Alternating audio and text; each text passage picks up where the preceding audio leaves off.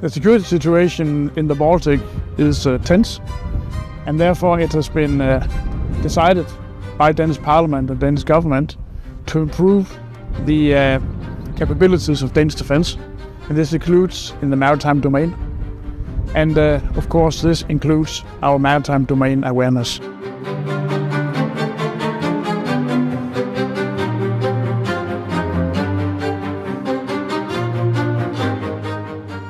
We're seeing people smuggle people, weapons, illegal fishing, narcotics, and any damage to critical infrastructure, so undersea cables and pipelines. It needs to be seen.